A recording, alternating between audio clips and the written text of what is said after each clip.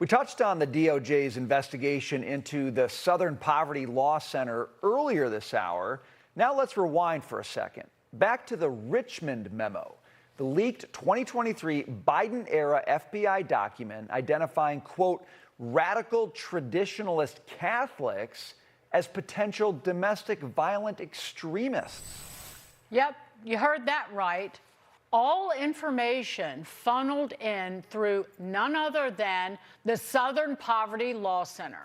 A group of congressional Republicans, including our next guest, sounded the alarm, ripping the FBI for relying on this biased group.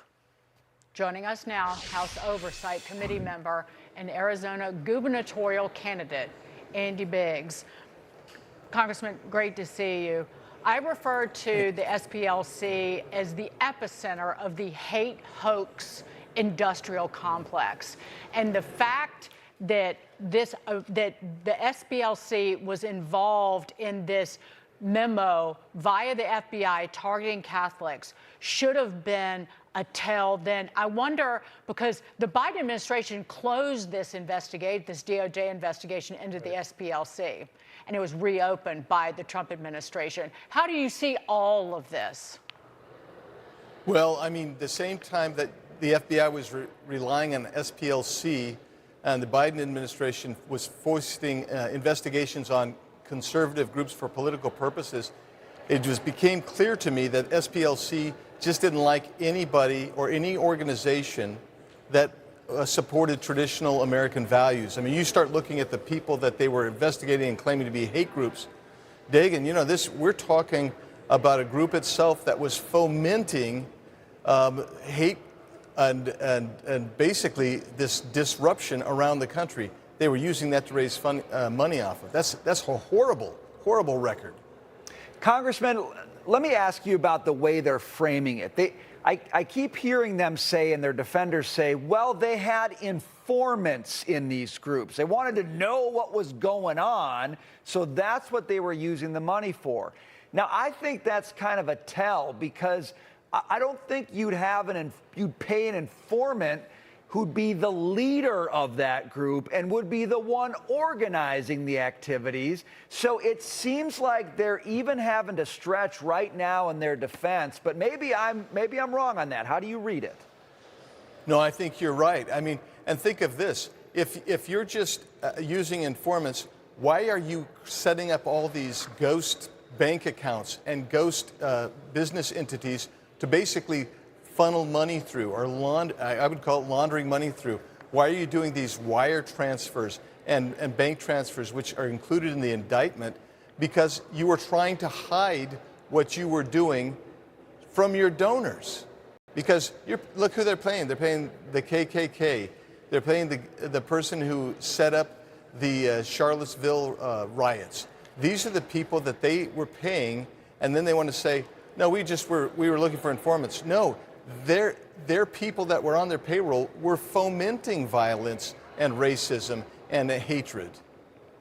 If you look at who, and this is a quote from someone, I don't know, I had it in my notes from a long time ago, but as you were pointing out, the SPLC, their entire business was creating kind of phony boogeymen to fundraise off these fictional evildoers.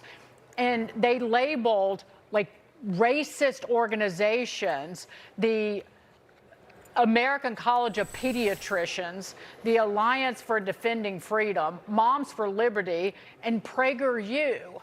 But at the same time, we're funneling money to Aryan groups, the Klan. And I just wonder how far does this go? Because this is an 11-count indictment, yeah. And I'll let you answer that question. Yeah, I mean, they've basically shot any credibility that they had. And for most people that were objective watching them over the years, they'd already spent their goodwill. So they were viewed by many of us as being totally fraudsters, because they were taking innocent groups, you know, Moms for Liberty, as you say, or Family Research Council, and they were saying, these are hate groups. And in the meantime, they are actually funneling the people that are causing the hate in our society.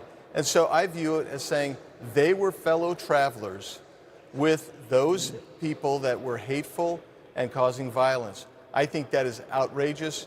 And then they were trying to cover it up, which is what the indictment's all about, is the fraud that they were using to raise money, and then how they tried to hide it. That's what these indictments are about, and I think they look justified. These allegations are serious, and they're going to have to respond with something more than, oh, we were just doing our business. You lied to your donors, you lied to the American public, and that's something that you're going to have to own. You know, the left's really good at, when they find a formula that works, they replicate it. So you got to wonder, anybody else doing this stuff? We got to leave it there. Congressman Andy Biggs, thanks for joining us tonight. Really good to see you.